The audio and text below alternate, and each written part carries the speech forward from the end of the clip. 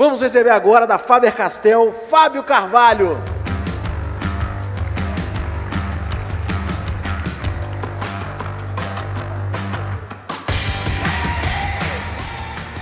Tudo bem, gente?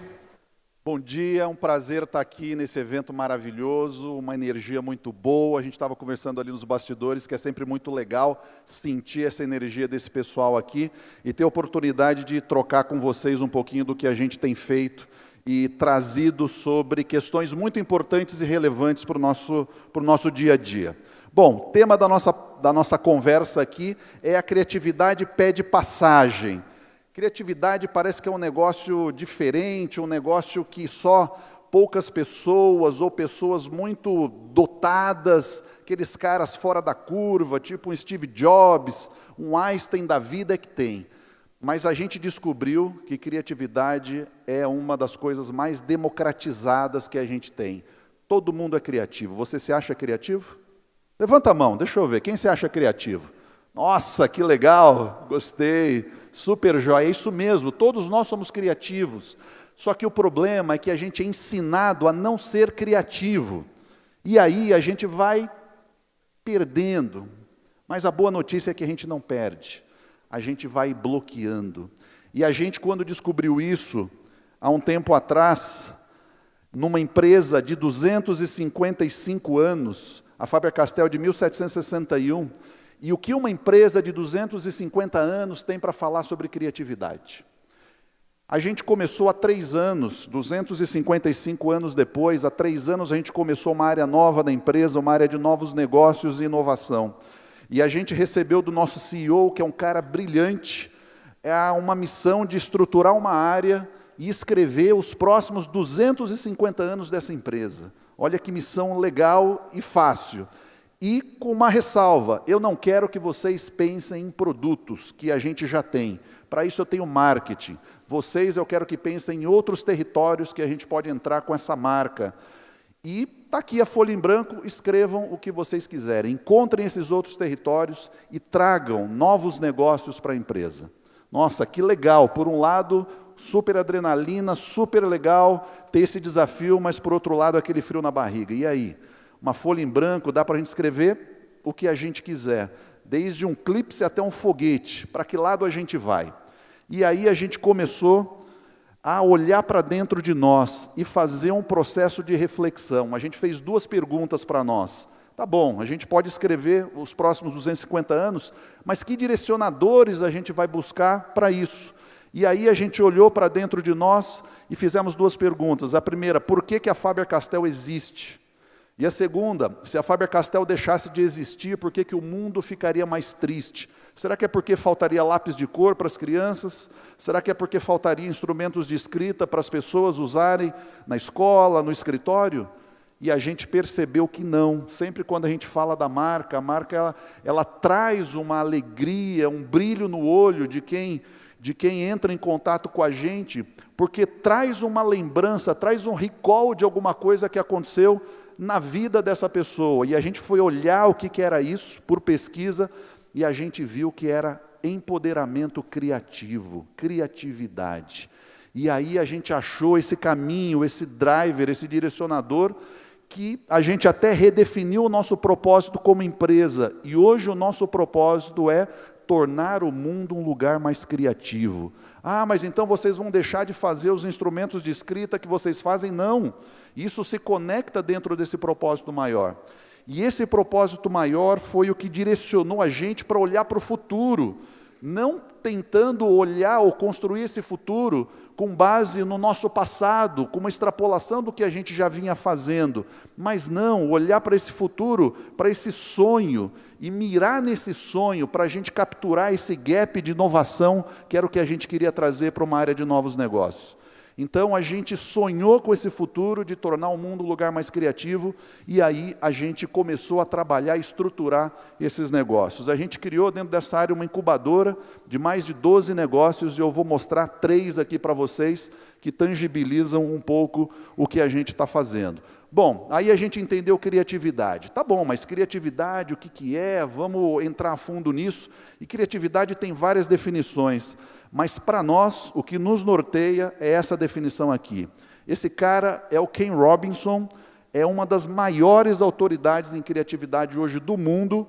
Esse cara, recomendo para vocês, busca a TED deles. Os TEDs desse cara são um dos mais procurados, os mais vistos de todo o TED. É um cara muito bom, é um europeu, foi para Harvard e hoje fala de inovação, de criatividade de uma forma assim fantástica.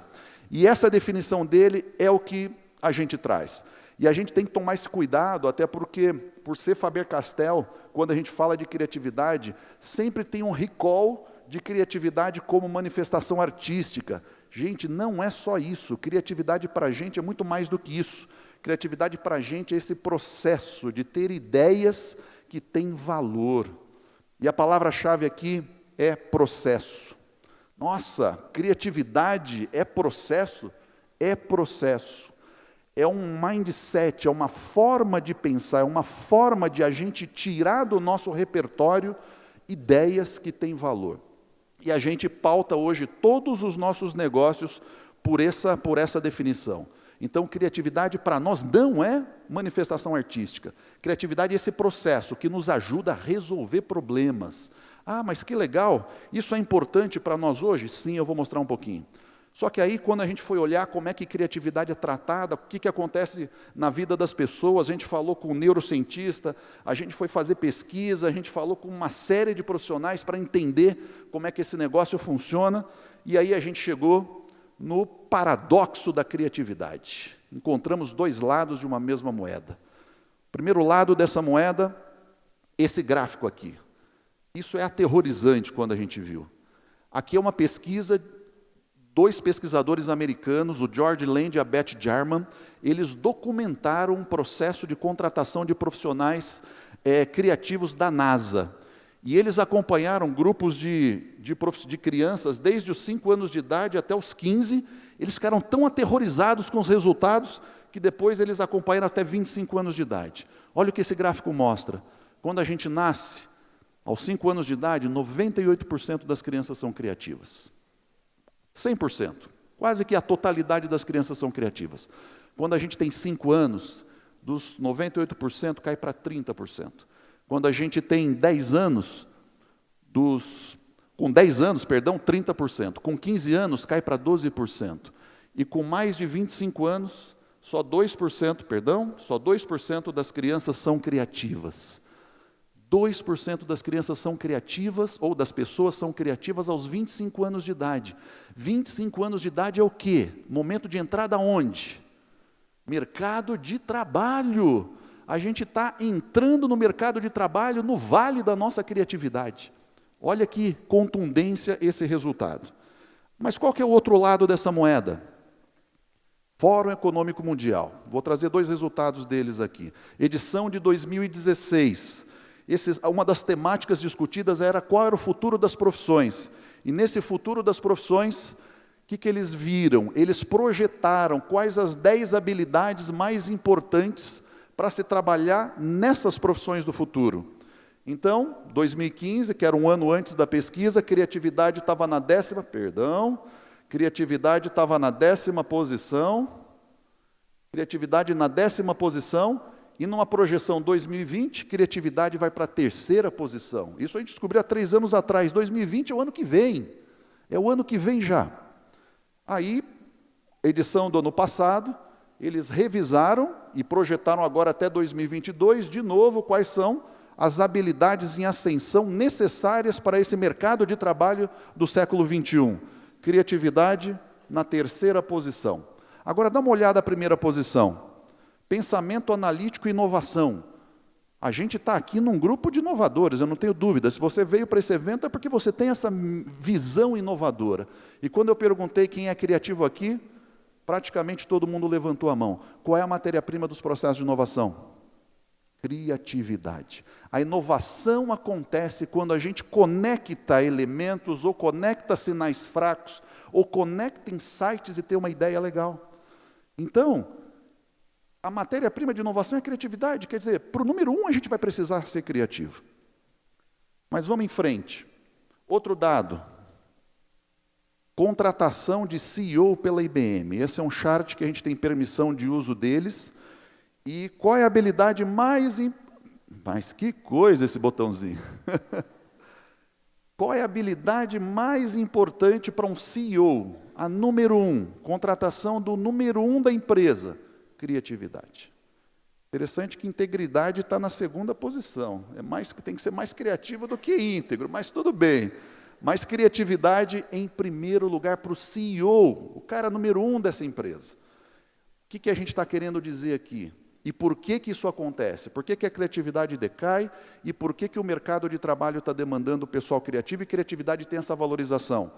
Porque a gente sabe, vocês estão num evento de tecnologia, os trabalhos repetitivos vão ser automatizados. Queira eu, queira você, isso vai acontecer. A gente já fala com bots, a gente já tem sistemas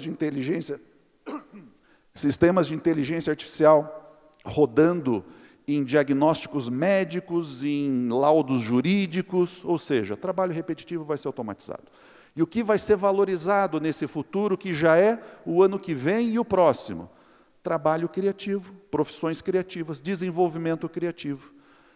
E quem tem filhos pequenos, como eu, tem uma pré-adolescente de 14 anos, sabe, já descobriu uma dessas profissões do futuro. Que profissão é essa? Antes era blogueira, depois passou a ser youtuber, agora é digital influencer, e parece que tem já outras denominações mais. Sem criatividade, eu falo para ela, você vai fazer o que da vida numa profissão dessa?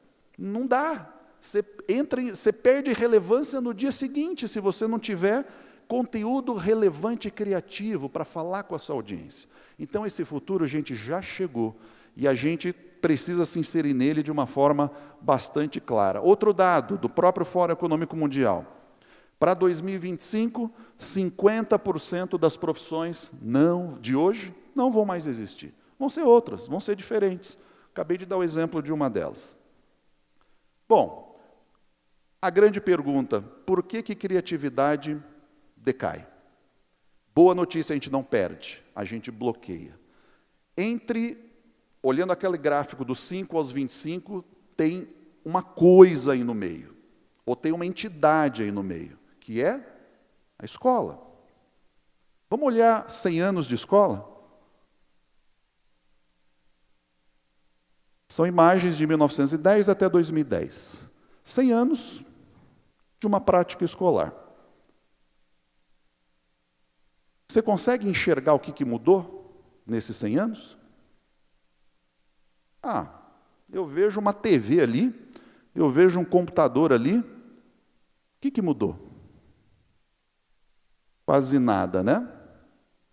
Opa, quase nada. Quase nada mudou. A lógica é exatamente a mesma. Qual é a lógica? Crianças enfileiradas, alguém falando, num nível de relação vertical e não horizontal, as crianças ouvindo, e hoje com os nossos smartphones, com os nossos digitais da vida, o acesso à informação não necessariamente precisa passar, ou ao conhecimento precisa passar por um instrutor nessa relação verticalizada. Então, essa é uma discussão que não é Brasil, gente. O mundo inteiro está tendo essa discussão, capa de Time. Como que a gente forma um aluno para o século XXI com uma estrutura que ela foi organizada lá no século XIX, onde os professores são do século XX, ensinando crianças do século XXI. Está descompassado o negócio. E quando a gente olhou isso como marca, e tendo o nosso propósito de criatividade por trás, a gente falou, gente, nós estamos achando aqui um oceano azul, um negócio que precisa ser trabalhado por alguém que tenha asset, que tenha reputação de marca para entrar nesse ecossistema. E aqui não é uma crítica, né, ao sistema, ao nosso sistema brasileiro, é uma discussão mundial. A instituição escola está sendo mundialmente discutida, e outras coisas estão sendo trazidas, só que assim, as pessoas estão aflitas, porque não se sabe como. Como a gente transforma esses 100 anos? Em 100 anos não transformou. Como que a gente modifica essas coisas? E é aqui que a gente entra. Então, um outro detalhe, o Brasil já está avançado em relação a essas discussões, por mais que a gente tenha problemas. Tem um negócio que chama Base Nacional Comum Curricular, quem é da área de educação conhece muito e a fundo isso, porque a partir do ano que vem isso vai ter que ser tratado de uma outra forma nas escolas, e que essa base, qual é o objetivo dela? Ela norteia as diretrizes para os currículos escolares. E ela listou 10 competências gerais que os currículos têm que trabalhar, a partir da implementação da base. Dá uma olhada no número 2, pensamento científico, crítico e criativo. Como que nós vamos ensinar uma criança a exercitar a curiosidade intelectual, a utilizar as ciências com criticidade e criatividade? E aí está a crítica para a escola.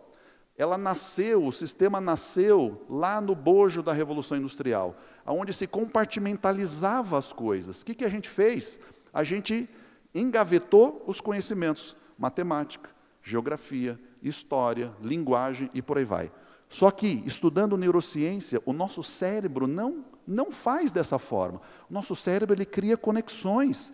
Quando a gente compartimentaliza as coisas, a gente ensina o nosso cérebro a pensar compartimentalizado. E aí eu estou vendo alguma coisa em geografia que eu poderia ter uma conexão com matemática, por exemplo, a gente foi ensinado a não fazer essa conexão.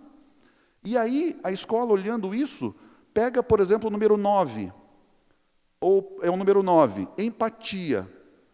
Vamos dar uma aula de empatia. Dá para dar uma aula de empatia? Como é que eu dou uma aula de empatia? Percebe que essas coisas, essas competências gerais, elas têm que aparecer dentro de um processo de ensino. Não dá para dar uma aula de empatia. E por aí vai. Vou mostrar algumas coisas que a gente fez. Sistema público da cidade de São Paulo. Essa é uma notícia de 2017. São Paulo vai pôr criatividade no currículo. Legal. Como? Percebe a dificuldade? Super legal, está alinhado com o BNCC, mas como? Como vamos colocar? Então, resumindo essa primeira parte, é aqui que a gente se insere como marca. Por um lado, então, essa acentuada queda de criatividade. Por outro lado, a crescente demanda do mercado por profissionais criativos. E, no meio, os desafios que a escola tem para lidar com essa geração de estudantes do século XXI. E é aqui, exatamente nesse círculo branco, nesse ponto, que a gente focou os nossos esforços, e é aqui que a gente construiu os nossos novos negócios, que vão construir os próximos 250 anos dessa empresa. Vou dividir com vocês 3 deles. Bom, aí legal, entendemos isso, todo mundo super energizado, legal, vamos estudar criatividade. Como é que a gente bota isso no dia a dia da escola? Olhamos os grandes centros de referência no mundo, Itália, Reggio Emília, Estados Unidos, Stanford, toda a influência de IDEO, de Design School, e aterrizamos nesse lugar. MIT, Media Lab. Media Lab vocês conhecem muito bem, é lá onde as tecnologias nascem. Só que tem um departamento ali dentro, que tem um nome muito curioso, que é esse aqui, ó, Lifelong Kindergarten. Lifelong Kindergarten. Alguém conhece esse departamento? Algumas pessoas conhecem. Uma tradução grosseira para o português, Jardim da Infância para toda a vida. O que uma escola de pós-graduação, MIT é só pós-graduação, pós-graduação, dentro de um departamento, estuda como práticas do Jardim da Infância para toda a vida. Esse lugar é esse. Aqui nesse lugar nasceu Lego Mindstorms, nasceu linguagem de programação Scratch, quem é da área de educação conhece, programação em blocos para criança, e uma série de outras metodologias, entre elas um negócio que chama Creative Learning, aprendizagem criativa. Guarda esse nome, porque você vai ouvir falar muito e muito desse nome daqui para frente. Essa é uma grande estratégia de ensino para realmente a gente trabalhar a criatividade de uma forma efetiva, dentro e fora da sala de aula. Quando a gente aterrizou aqui e a gente enxergou essas possibilidades, putz, é isso que a gente quer fazer. Dá uma olhada em como é esse espaço físico organizado, porque depois vocês vão ver o que eu vou mostrar do que a gente fez e vai trazer esses elementos. O que a gente tem aqui? Uma área de colaboração no meio, Materiais não estruturados aqui para prototipação, uma escola de pós-graduação no MIT Media Lab. Tecnologia, impressora 3D, eletrônica, robótica e tecnologia à disposição. E Legos, vários e vários tijolinhos de Lego para prototipação. O que os caras acreditam? Quando a gente prototipa, quando a gente coloca a mão na massa, e aí a gente gosta de brincar, essa é a melhor tecnologia digital que a gente tem. Os nossos dedos, botar a mão na massa, é criar uma coisa que quanto real, quanto físico, mas quando a gente cria, quando a gente concebe, isso tem um poder muito grande. E esses caras olharam como é que as crianças brincam, por isso o Lifelong Kindergarten. E dá uma olhada se não é aqui que o processo criativo se constrói. A criança, ela imagina alguma coisa, ela cria, ela constrói, desde bloquinhos de madeira até um ambiente virtual com uma linguagem de programação Scratch, ela cria alguma coisa, ela brinca com essas coisas, se ela tem um amiguinho, ela compartilha, e ela faz um processo de reflexão e começa a melhorar o que ela está construindo. Ah, mas a criança pensa em tudo isso? Não, isso acontece de forma natural do processo do brincar. E é isso que falta. E aqui a criatividade, quanto mais a gente gira essa espiral, mais a gente vai nutrindo os processos criativos. É isso que desaparece ao longo da nossa vida, tanto na escola quanto no nosso mercado de trabalho, na vida profissional. Bom, dito tudo isso, quais as nossas iniciativas? Como é que a gente empacotou essas coisas todas em produtos e serviços, que eu acho que é o legal para a gente dividir nessa manhã. Primeira coisa que nós fizemos, criamos o primeiro espaço Faber-Castell de criatividade e inovação no Shopping Marketplace em São Paulo, para ser um flagship dessas ideias. Um espaço de 800 metros quadrados, onde durante a semana as escolas levam os alunos e pagam, fazem um passeio pedagógico, pagam, e lá a gente cria uma jornada com essas crianças que eu vou mostrar um pouquinho para vocês. Então, esse é um flagship, em lugares grandes que a gente vai expandir para todas as capitais, certamente vamos ter aqui um em BH, com certeza, e para a gente mostrar esse processo criativo, como é que ele pode ser trabalhado tanto na escola quanto em família. O que a gente está fazendo? Como é que a gente está entregando criatividade lá? A gente criou uma jornada onde a gente começa com storytelling, uma narrativa, porque aí, de novo, o que a gente aprendeu da neurociência, quando a gente encapsula um conhecimento, um fato, com emoção, a nossa capacidade de retenção é maior. Muitos de nós talvez não lembrem o que comeu ontem no almoço, mas certamente, hoje é dia 13 de setembro, certamente todo mundo vai lembrar aonde estava, o que estava fazendo no dia 11 de setembro de 2001, certo? Por quê? Teve um incidente mundial repleto de emoção que marcou a gente, então a gente lembra dessas coisas. Então a ideia aqui é a mesma, trazer uma narrativa, um storytelling para trabalhar essa contato emocional das crianças com a história. E nessa storytelling tem um desafio. Aí o que a gente faz? Para resolver esse desafio, a gente entra com ferramentas de design thinking. A criança não sabe de nada disso, mas na mediação a gente estimula a geração de ideias, que é o pensamento divergente, seleção de ideias, capacidade de escolher qual é a melhor ideia, comunicação dessas ideias e tudo mais. E por último, finaliza com a construção de um protótipo físico, mão na massa daquilo que está sendo falado. Só para vocês verem, são imagens desse espaço. Então, lembra que eu comentei? Dá uma olhada nessa imagem aqui, como ela tem toda aquela lógica lá do Lifelong Kindergarten, né? Um espaço colaborativo e materiais não estruturados à disposição para a gente treinar e treinar e treinar esse processo criativo. Qual é a nossa entrega? É o protótipo que elas vão construir com material não estruturado? Não, a nossa entrega é esse processo, é criar esse mindset nessas crianças para trabalhar a criatividade de uma forma diferente. Aqui também, então, como é que as coisas acontecem? A gente criou aquele grupo de personagens, que é o Esquadrão Eureka, para a gente fazer toda essa jornada. Então, eles estão metidos em desafios, em brincadeiras, e eles contam essa história e coloca um desafio para as crianças, depois elas vão para a sessão de Design Thinking, e depois tem uma mão na massa, e por último a gente filma essas crianças, pega esses vídeos, manda para a escola, manda para as famílias, para que esse processo criativo seja resgatado em outros momentos. Mas é só criança? Não, a gente faz com adulto também, capacitação corporativa, tanto para empresas quanto para grupos de profissionais. Então, mais de 15 empresas já passaram com a gente, claro, com uma outra rotina, com um outro método, mas trazendo criatividade através de aprendizagem criativa. Mais de 500 pessoas já passaram por esses treinamentos e capacitações em criatividade lá no nosso espaço, e isso nos deixa sempre muito, muito felizes. Ah, mas e o outro negócio, como que a gente vai para dentro da escola? A gente pegou essa ideia do espaço grande, do flagship, criamos um pocket disso, estamos entrando dentro das escolas. Dante Alighieri e Mackenzie são 2 colégios que foram as unidades piloto, que há 3 anos nós implementamos esses projetos lá dentro. Qual que é a lógica? A mesma. Só que agora, ao invés de 3 horas que as crianças ficam lá no espaço do shopping, elas vão trabalhar toda a semana com esses conteúdos, embarcados no currículo. Essa é a grande sacada, não é contraturno, não são professores Faber-Castell que vão lá, não, a gente forma os professores, entra com essa metodologia e com materiais, e isso entra no dia a dia da escola.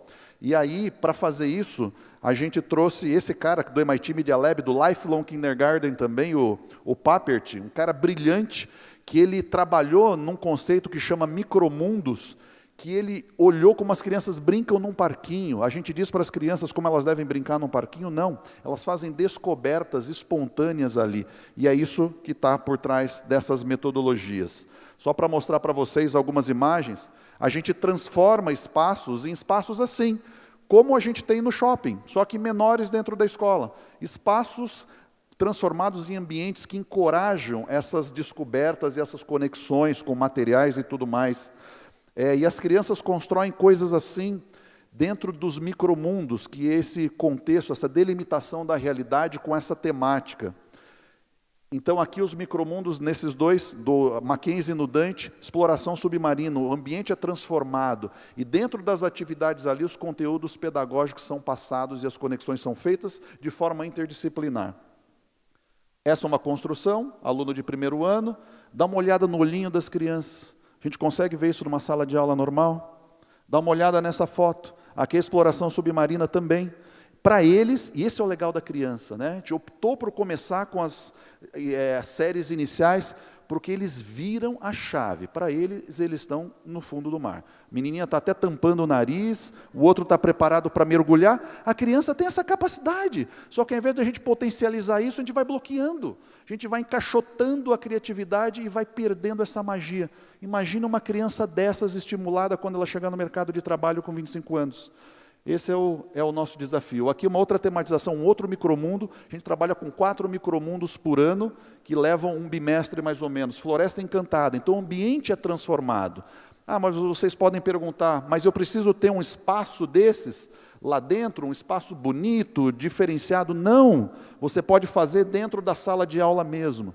Só que tem que rearranjar as coisas. Tirar as carteiras enfileiradas, o professor agora não como um instrutor, mas como mediador de atividades, aquele que encoraja as descobertas dentro do micromundo.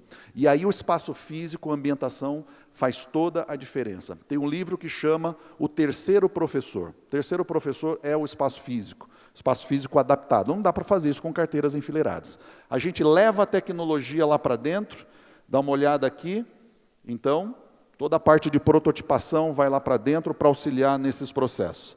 Mais algumas imagens, só para vocês verem. A gente criou materiais para os alunos trabalharem, materiais para os professores trabalharem, porque o professor é chave nessa história. Se o professor não tiver treinado e formado, realmente a gente não vai conseguir. E finalizando, o último negócio que eu quero mostrar é esse, que é o primeiro clube de assinatura de criatividade do Brasil, Fora da Cachola.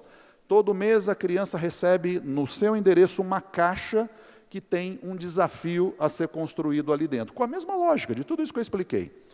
Então, um mês é luz, câmera, ação, outro mês missão espacial, profundezas do oceano, corrida contra o tempo, arrumação infinita e por aí vai. Dentro dessa caixa tem materiais, guias, uma historinha com o Esquadrão Eureka, que é o mesmo do espaço, é o mesmo dos materiais da escola, e eles metidos num desafio para trazer isso para as crianças. E aí a criança cria sua solução, posta numa plataforma online, vê o que outras crianças fizeram e se estimula, e a gente retroalimenta o processo criativo. Pessoal, super obrigado. Eu sempre gosto de encerrar com essa imagem, porque ela tangibiliza muito o que a gente... Obrigado.